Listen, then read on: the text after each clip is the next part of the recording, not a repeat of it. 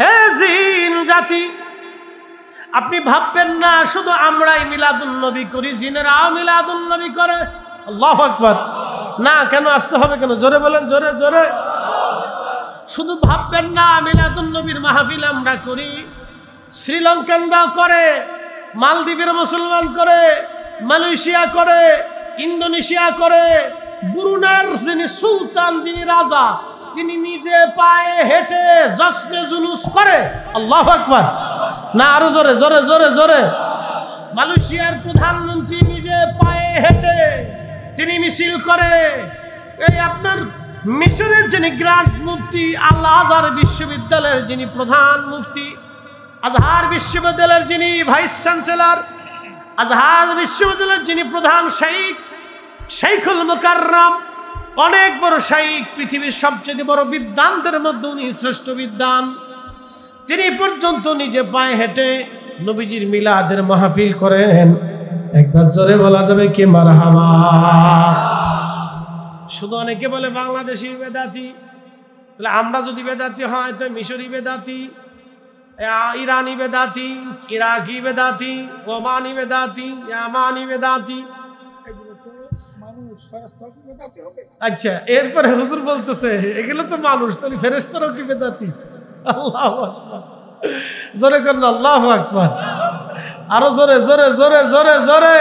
হাত উঁচা করে বলেন আল্লাহু আকবার, আল্লাহু আকবার। উপস্থিতি, পৃথিবী থেকে আমরা সবাই চলে যাব।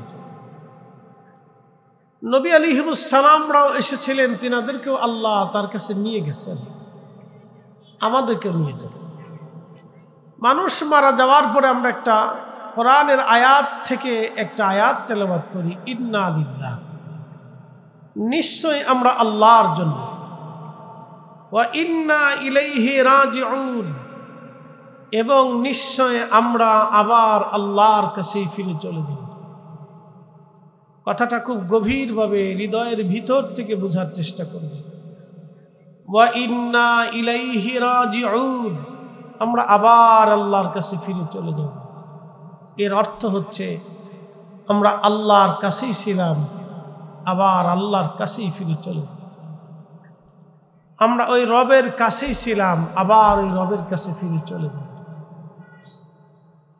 একটা কথা মনে রাখবেন, কেউ যখন বিদেশে চলে যায়, বাংলাদেশ থেকে মায়ের কাছ থেকে সে বিদেশে গেছে,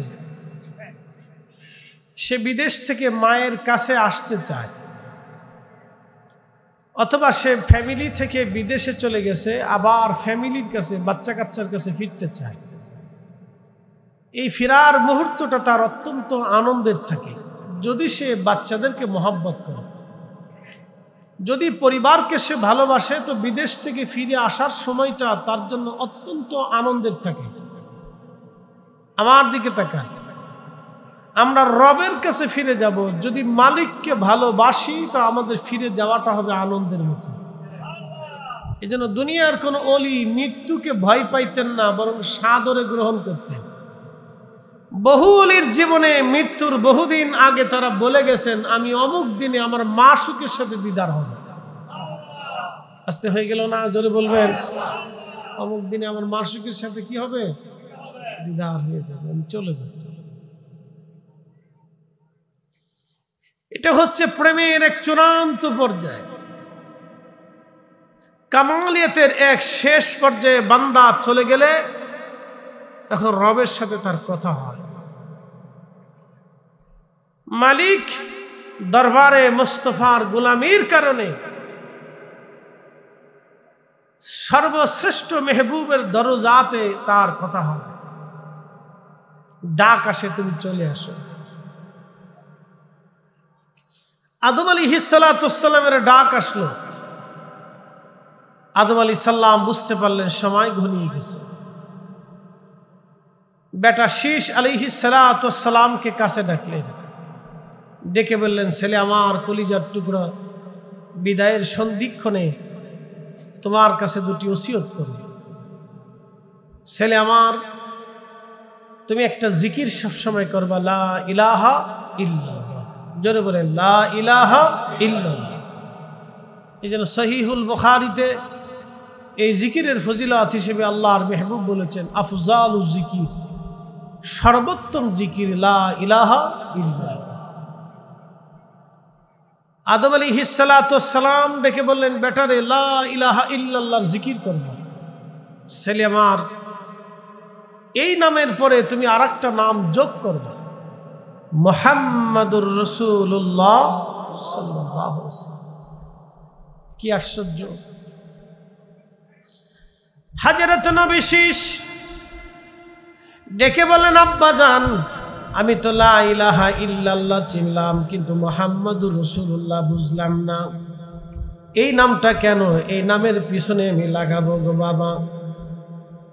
আদম সফিউল্লাহ ডাক দিয়ে বলেন, বেটারে তুমি জানো না আমি আদম আলাইহিস সালাতু ওয়াস সালাম জান্নাতের মধ্যে ছিলাম, জান্নাতের পাতায় পাতায়, জান্নাতের গাছে গাছে, জান্নাতের মোহনায় মোহনায়, নদীতে ঝর্ণায়, জান্নাতের পুরো বিল্ডিং গুলিতে, প্রাসাদগুলিতে, আর আরশে মুআল্লার উপরে লেখা আছে লা ইলাহা ইল্লাল্লাহু মুহাম্মাদুর রাসূলুল্লাহ সাল্লাল্লাহু আলাইহি ওয়াসাল্লাম। কে দিয়ে বুঝাবো আপনাকে? জান্নাতের হুরেদের কপালে কপালে, গিলমানদের চোখের মনিতে মনিতে ওই নবীর নাম। বেটা শীষ, লা ইলাহা ইল্লাল্লাহর পর ওই জিকিরখানাও তুমি আদায় করবা, নামটা উচ্চারণ করবা। শীষ রে, আমার রবের দরজা থেকে যখন আমি দুনিয়াতে এসেছিলাম, আল্লাহ জান্নাত থেকে আমাকে পৃথিবীতে নামাইলেন। এই জুদা হওয়ার কারণে 350 বছর ধরে আমি কেঁদেছিলাম, 350 বছর ধরে আমি কান্না করেছিলাম। 350 বছর ধরে কান্নার কারণে আদম সফিউল্লাহর চোখের পানি থেকে মুখের গোশতগুলি পচে গিয়েছিল, আর কেঁদে কেঁদে আদম সফিউল্লাহর চোখগুলি কালো হয়ে গিয়েছিল, কষ্ট হচ্ছিল আদমের। যেই দিন লক্ষ্য করলেন আদম আলাইহিস সালাতু ওয়াস সালাম, সেই দিন ভাবলেন, আহা, আমি তো 350 বছর ধরে কাঁদলাম, আমার কান্না তো রবের দরবারে মঞ্জুরিয়ত হলো না, মকবুলিয়ত হলো না।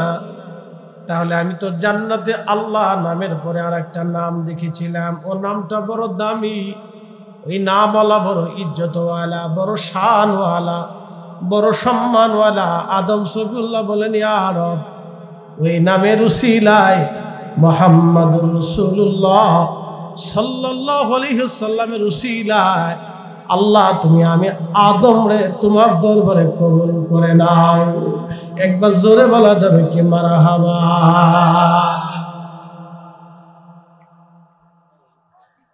ছেলে শীষ, ওই নামের উসিলায় আমার রব আমাকে তার দরবারে কবুল করিয়া নেন।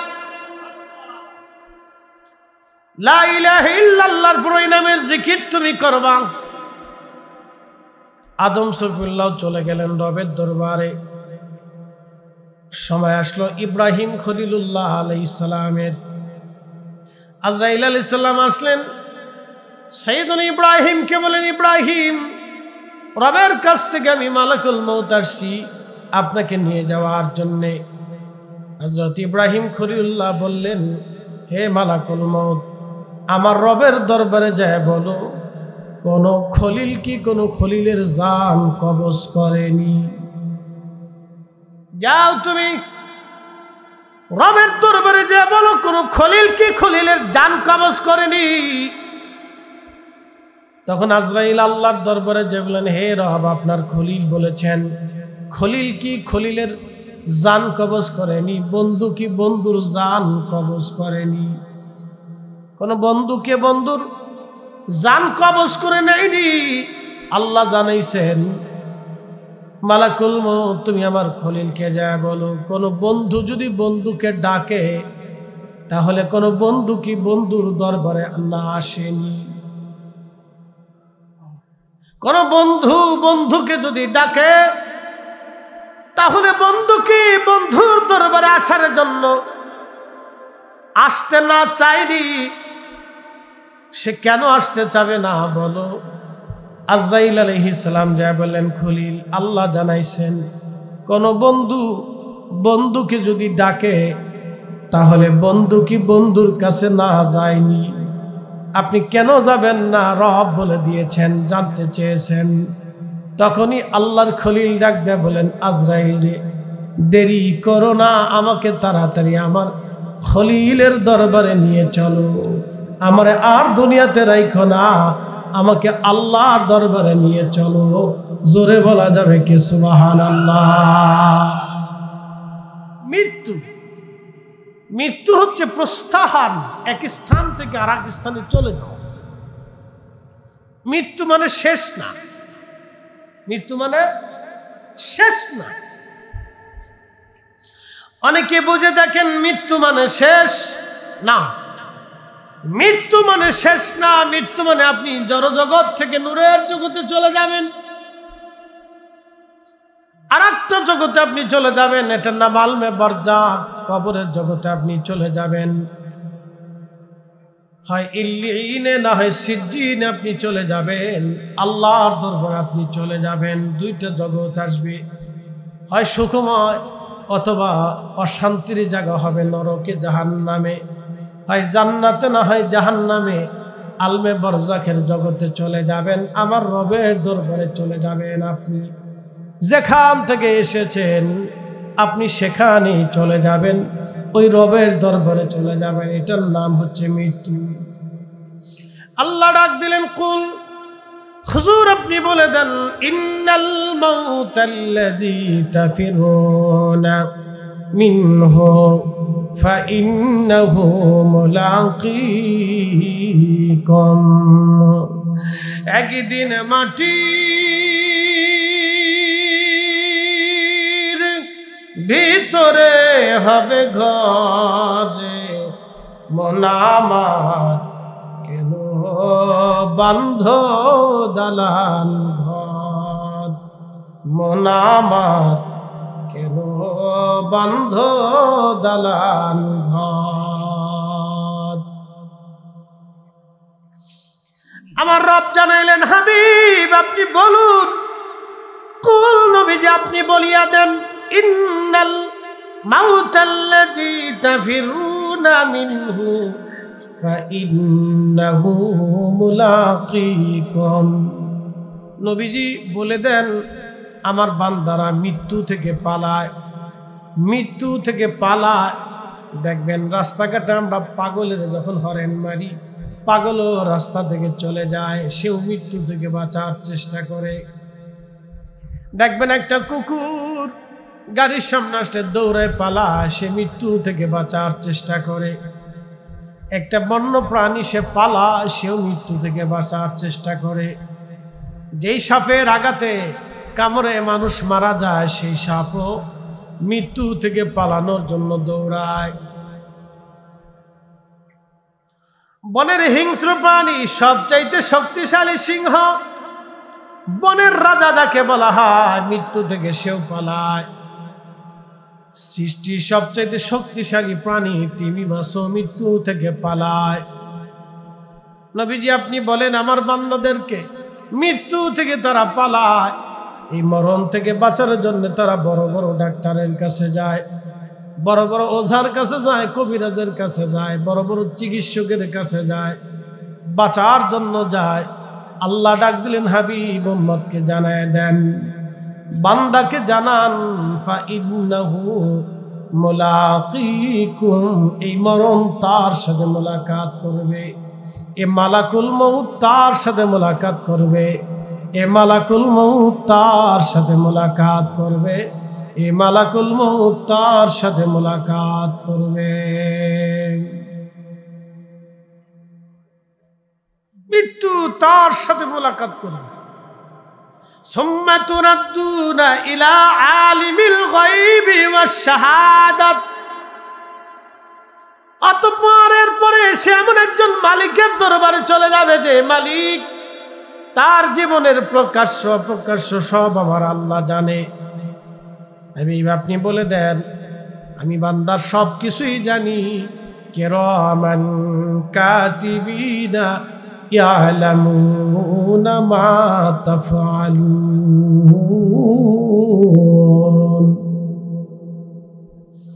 কিরামান কাতিবিন, দুই পাশে বসা, লিখতে দিলেন আমার রব। তারা সব সময় লিখে আপনি কোথায় কি করেন, আপনার চোখ দিয়ে কি করেন, জবান দিয়ে কি করেন, আপনার হাত দিয়ে কি করেন, পা দিয়ে কি করেন, আপনি কতটুকু নেকি করেন। কিরামান কাতিবিন সব লিখতে থাকে। একটা সেকেন্ডের জন্য তার কলম বন্ধ হবে না। ভালো লেখে মন্দ লেখে, ভালো লেখে মন্দ লেখে। আল্লাহ জানাইলেন হাবিব উম্মতকে জানান কিরামান কাতিবিনা ইয়ালামুনা মা তাফআলুন। এরা জানে তুমি যা করো। কিরামান কাতিবিন সব জানে তুমি যা করো। কিরামান কাতিবিন সব জানে। কিরামান কাতিবিন লিখতে থাকে। পালানোর কোনো রাস্তা নাই, পালানোর কোনো সুযোগ নাই। আল্লাহ ডাক দিলেন ইয়া মাশারাল জিন্নি ওয়াল ইনসি ইন ইসতাতাতুম আন তানফুযু মিন আকতারিস সামাওয়াতি ওয়াল আরদি ফানফুযু লা তানফুযুনা ইল্লা বিসুলতান।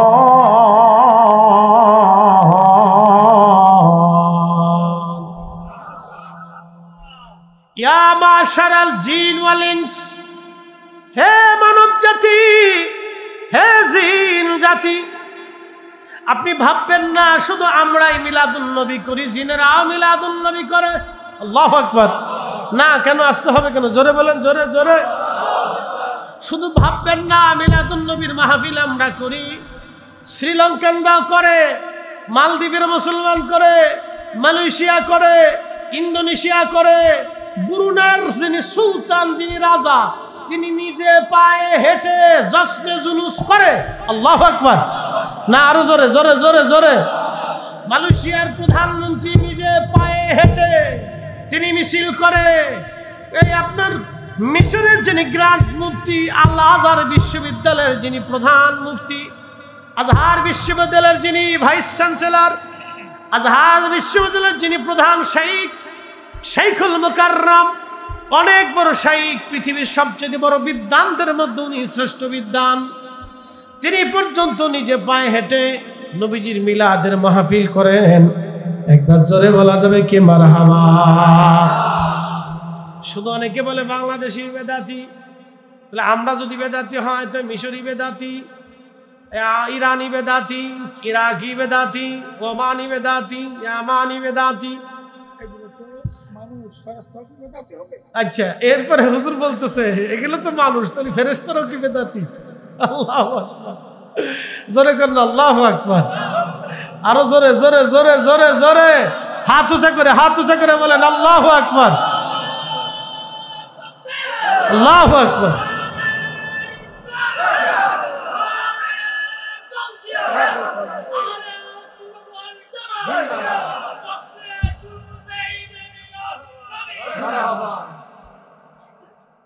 শুধু বাংলাদেশ না, পৃথিবীর যে কয়টা মুসলিম দেশ আছে, শুধু মুসলিম না, America, Canada, British, Europe, Australia, Africa, সেদিন দেখলাম সব বেদাতি হয়ে যায়। এই জন্য কি মাহফিল চলবে না বন্ধ হবে? ঈদে মিলাদুন নবী কি বন্ধ হবে না চলবে? কারো চোখ রাঙ্গানিতে আর বেদাতের ফতোয়া, আমরা এশকে রাসূল থেকে, দরবারে মুস্তাফার গোলামি থেকে আমরা সরে আসবো না। কথা বলেন ঠিক না বেটে? এটাই আমাদের আকাঙ্ক্ষা থাকবে সব সময়ের জন্য। প্রিয় উপস্থিতি হাজিরিন, আপনার জীবনের কি আমল আছে? কিরামান কাতিবিন সব আপনার আমলগুলি লেখেন। অবশ্যই আমরা আল্লাহর কাছে চলে যাব, অবশ্যই আমরা রবের কাছে ফিরে চলে যাব, অবশ্যই আল্লাহর দরবারে চলে যাব। কালকে ছিলাম নাটোর, নাটোরের বড়াই গ্রামে ঈদে মিলাদুন্নবী মাহফিল ইসলাম কালকে নাটোরে কালকে যুবকরা মাহফিল ইন্তজাম করছে। আমি চিন্তা করলাম এখানেও মিলাদুন্নবী আছে, তো দেখলাম না। হুজুর আমরা ইন্তজাম করছি, 6 মণ চাল দিয়ে তারপর রান্না করছি। যাক মাশাআল্লাহ, ভালো। কালেকশন করে দিলাম আগামী বছরের জন্য। ওরা খুব খুশি হয়েছে যে হুজুর আগামীতে আবার আসতে, আসবো ইনশাল্লাহ। সারা বছর চট্টগ্রামে মিলাদুন্নবীর মাহফিল করে আগামী বছর পর্যন্ত উত্তর দক্ষিণে বরাদ্দ দিয়ে দিই, যে ওইদিকে একটু সুযোগ দিই, সময় দিই। রাজশাহী থেকে লোকেরা আসলে বলে হুজুর আমরা তো আপনারা পাই না, একটু সুযোগ দেন। তা বললাম ঠিক আছে ইনশাল্লাহ, মিলাদুন্নবী ইসলামের মাহফিল যদি আপনারা ইন্তজাম করেন তো আসবো ইনশাল্লাহ। হুজুর করুন, আপনারা যদি আসেন তো আমাদের একটু সুযোগ হয়, সুবিধা হয়।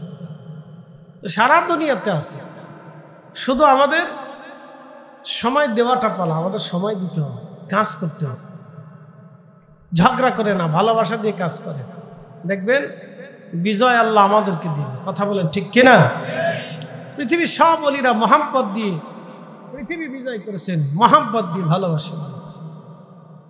তো কিরামান কাতিবিন ইয়ালামুনা মা তাফআলুন, কিরামান কাতিবিন জানে আমরা কি করি, এটা সব সে লিখতেছে। আল্লাহ কোরআনে বলে দিলেন ইয়া মা'শারাল জিন ওয়াল ইনস, হে মানুষ এবং জিন, দুইটা জাতিকে আল্লাহ ডাকে, হে মানুষ এবং জিন। এই দুটি জাতির শরীয়ত আল্লাহ দিয়েছে। কাম, ক্রোধ, লোভ, মোহ, কামনা, বাসনা, রিয়া, আশা, আকাঙ্ক্ষা এবং যাতনা। আল্লাহ 6টা রিপু দিয়েছেন, 10টা রিপু আল্লাহ দিয়েছেন। জিন এবং মানুষকে দিয়েছেন, ফেরেশতাকে দেন নাই। অন্যান্য প্রাণীদেরকে এত কিছু দেন নাই, দিয়েছেন। যেমন আল্লাহ বলছেন কুল্লু নাফস নাফসুন যায়িকাতুল মাউত, প্রত্যেক নাফসের মৃত্যু হবে। মনে রাখবেন, কুকুর, বিড়াল, অন্যান্য আদাস প্রাণীদের মধ্যে নাফস আছে, কিন্তু রূহ নাই। আল্লাহ আমাদেরকে রূহের সাথে নাফসের অ্যাডজাস্ট করে দিয়েছেন। একসাথে বলবেন আল্লাহু আকবার। এই জন্য প্রত্যেক নাফসের মৃত্যু হবে। কুল্লু নাফস নাফসুন যায়িকাতুল মাউত, প্রত্যেক নাফসের মৃত্যু হয়ে যাবে, কিন্তু রূহের মৃত্যু হবে না। রূহের মৃত্যুটাকে বলা হয় প্রস্থান। তাকে নিয়ে যাবে, আবার কবরে নিবে, অথবা ইল্লিন অথবা সিজ্জিনে নিয়ে যাবে, আল্লাহর দরবারে নিয়ে যাবে, দরবার এলাহিতে সে চলে যাবে।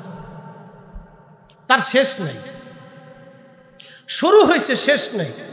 আবার তাকে আল্লাহ কিয়ামতের মাঠে উঠাবে, ওখানে আল্লাহ হিসাব কিতাব করবে, তার সাথে বাক্যালাপ করবে, কথা বলবে।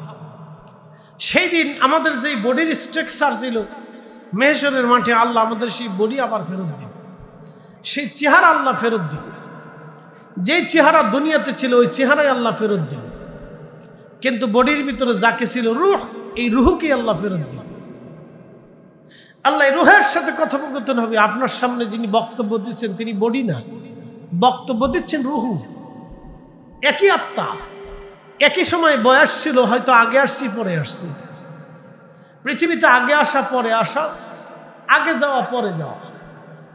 সময় যখন আসবে, ওয়াসআলুনাকা আনির রূহ, নবী গো, রূহ সম্পর্কে কাফেররা আপনাকে বলে, আপনি বলে দেন কুলির রূহু মিন আমরি রাব্বি, এই রূহ হচ্ছে আল্লাহর হুকুম। হুকুমে আসছে, হুকুমে যাবে, হুকুমে আসছে, হুকুমে যাবে। হুকুম হবে, 1 সেকেন্ড দুনিয়াতে থাকতে পারবেন না। কথা বলেন ঠিক কিনা? থাকার কোনো সুযোগ। প্রিয় উপস্থিতি হাজিরিন, এই জন্য রব কুরআনুল কারীমের ভিতরে আমার আল্লাহ বললেন ওয়ালা ইউআখিরাল্লাহু নাফসান ইযা জাআ আজালুহা,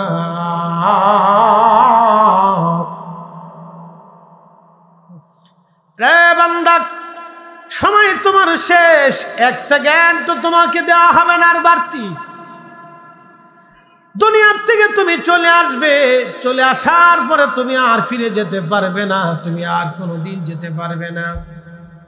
আমাদের দেশে যারা সনাতনী আছে, হিন্দু সম্প্রদায়ের যারা আছে, তাদের বিশ্বাস আবার আসিব ফিরে ধানসিঁড়িটির তীরে নবান্নে বাংলায়, হয়তো শালিকের বেশে, না হয় শঙ্কুচিলে।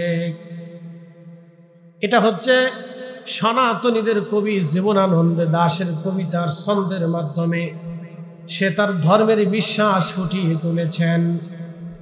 যেমন আমাদের পৃথিবীর অনেক বড় বড় মুসলিম কবি যারা, তারাও ছন্দের মাধ্যমে আমাদের ধর্মের কথা তিনারা ফুটিয়ে তুলেছেন। কাজী নজরুল লিখেছেন, আমি যদি আরব হতাম মদিনারি পথ, সেই পথ দিয়ে হেঁটে যাইতেন নূর নবী হযরত,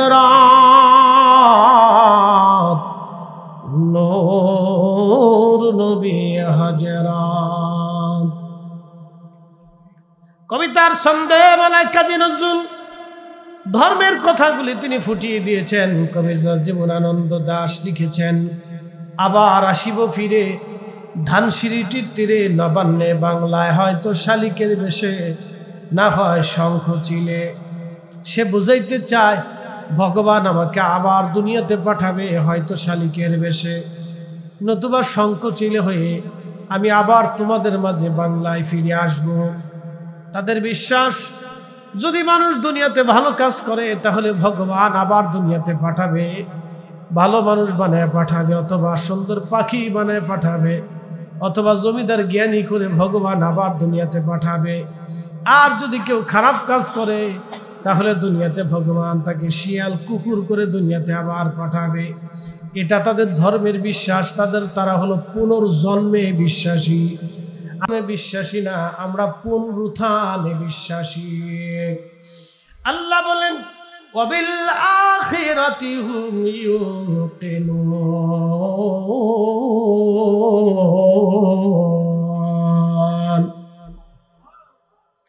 আমার রব বললেন, তোমরা আখিরাতে বিশ্বাসী হও, তোমরা আখিরাতে বিশ্বাসী হও। সুম্মা তুরাদ্দুনা ইলা আলিমিল গায়বি ওয়াশ শাহাদাত। তোমরা আমি রবের সামনে দাঁড়াবা, তোমার গোপনে গোপনে সব আমি জানি। এরপরে আল্লাহ বলেন, এরপরে আল্লাহ আমার রব্বুল আলামিন, আমার রব বলতেছেন, শাহাফায়ুনাব্বিয়ুকুম বিমা কুনতুম তা'মালুন। তুমি জীবনে কি আমল করেছো, কি কাজ করেছো, আমি রব তোমার আমল নামা সেই দিন তোমাকে দেখাবো। এটার নাম পুনরুত্থান। আর সনাতনীরা হচ্ছে পুনর্জন্মে বিশ্বাসী। তারা বলেন আমার পৃথিবীতে আবার জন্ম হবে, হয় পাখির বেশে, না হয় পশুর বেশে, না হয় মানুষের বেশে, না হয় মাছের বেশে, না হয় আমাকে আল্লাহ কোনো বেশ দিয়ে দুনিয়াতে আবার পাঠাবে। এটা হচ্ছে সনাতনীদের ধর্ম। আমাদের ধর্ম বিশ্বাসে দুনিয়াতে আর আসার কোনো সুযোগ নাই। ওয়ালা ইউআখিরাল্লাহু নাফসান ইযা জাআ আজালুহা।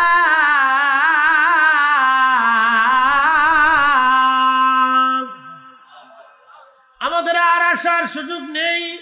আমার রব বলে দিলেন তোমরা আর আসতে পারবে না। অর্থাৎ আমরা পুনরুত্থানে বিশ্বাসী। তবে নবীদের একটা হালত আছে, এটার হালতের নাম হলো রুহানি হালত। এই রুহানি হালতে আল্লাহ নবীদেরকে একটা সুযোগ দেন। বলে সুযোগ কি? তামাম দুনিয়া তারা তাসাররুফ করতে পারেন, কিন্তু শরীয়তে আর দেখা হবে না। মানুষ কবরে যখন আপনি যান, তখন কবরের পাশে দাঁড়ায় সালাম দেন, আসসালামু আলাইকুম ইয়া আহলাল কবর। হে কবরবাসীরা, তোমাদের উপরে আল্লাহর পক্ষ থেকে শান্তি বর্ষিত হোক। আপনি যখন সালাম দেন, কবরওয়ালার আপনার সালাম শুনে আপনার সালামের জবাব তারা রুহের জগৎ থেকে দিয়ে দেয়। একসাথে বলবেন না আল্লাহু আকবার। রুহের জগৎ থেকে কবরওয়ালার সালাম আপনার উত্তর দিয়ে দেয়। আপনি যখন জিয়ারতে দাঁড়ান মায়ের কবরের পাশে, মা আপনাকে দেখে, কিন্তু আপনি মাকে দেখেন না।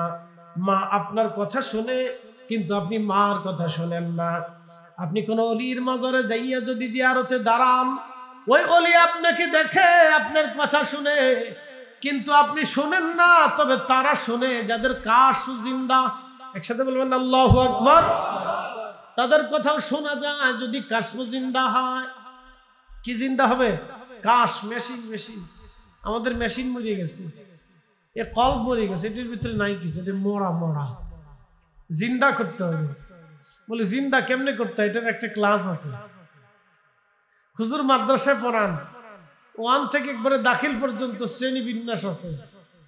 এরপরে সাবজেক্ট ভিন্ন ভিন্ন আছে, রেজুলেশন ভিন্ন, কোন ক্লাসে কোন টিচার থাকবে, কয়টা পর্যন্ত ক্লাস করবে, এটা ওনারা শ্রেণী বিন্যাস করেন, ভাগাভাগি করে বুঝায়। সব প্রতিষ্ঠানকে নিয়ন্ত্রণে রাখেন হুজুর। উনি হচ্ছেন প্রতিষ্ঠানের হেড, পুরা প্রতিষ্ঠান থেকে উনি নিয়ন্ত্রণ করে। মনোযোগ দিবেন। তো তাসাউফের একটা ক্লাস আছে, এই কাশফ জিন্দা হওয়ার জন্য ক্লাস আছে। এটা আউলিয়া কিরামের সোহবতে সবকে বসতে হয়। এটার রেজুলেশন আছে, এটার সাবজেক্ট আছে, এটার পাঠ্যপুস্তক আছে, এটার আবার পরীক্ষা আছে। দুনিয়ার গতানুগতিক পরীক্ষার মতো না, এটার পরীক্ষা ভিন্ন, এটার পড়ালেখাও ভিন্ন, এটার ক্লাসও ভিন্ন, এটার ইবাদতও ভিন্ন, এটার সাধনাও ভিন্ন। এ জগতই আলাদা। এই জগতে যারা পদার্পণ করে নিজের আমিত্বকে, নিজের সব কিছুকে আল্লাহর জন্য রাহে লিল্লাহ করে দিয়ে, দরবারে মুস্তাফার গোলামীর মাধ্যম দিয়ে, জীবনের সব কিছুকে বিসর্জন দিয়ে এরা আল্লাহকে খুশি করে, আল্লাহ রসুলকে রাজি করিয়া তাদের কাশফগুলি তারা জিন্দা করা।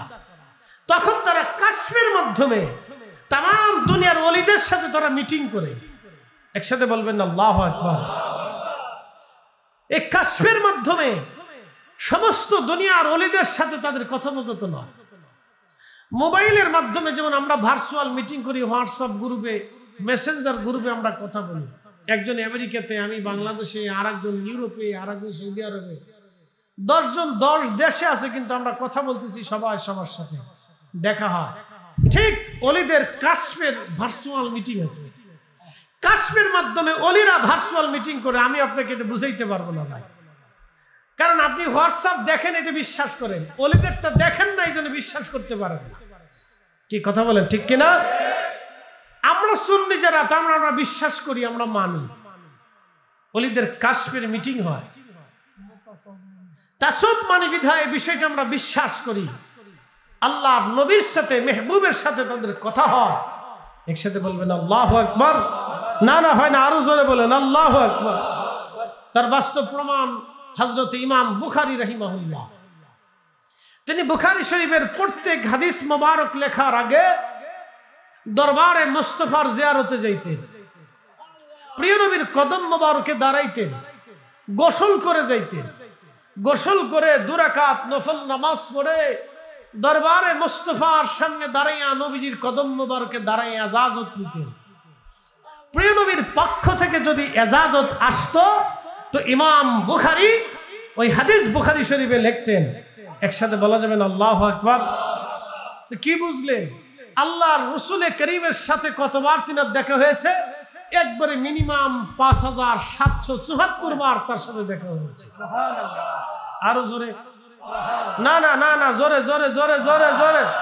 তাহলে এখন যারা বলে যে রাসূল রওজা শরীফে মৃত অবস্থায় আছে, নবীর কিছু নাই, তাদের সাথে আমাদের আকীদার এত বিরাট ফারাক যে তাদের সাথে এই হিসাবে উঠা বসাও করা যায় না, কারণ তারা দরবারে মুস্তাফার সাথে বেঈমানি করেছে, আমার রাসূলের রিসালাতের সাথে তারা বেঈমানি করেছে, নাফরমানি করেছে। কথা বলেন ঠিক না বেঠিক?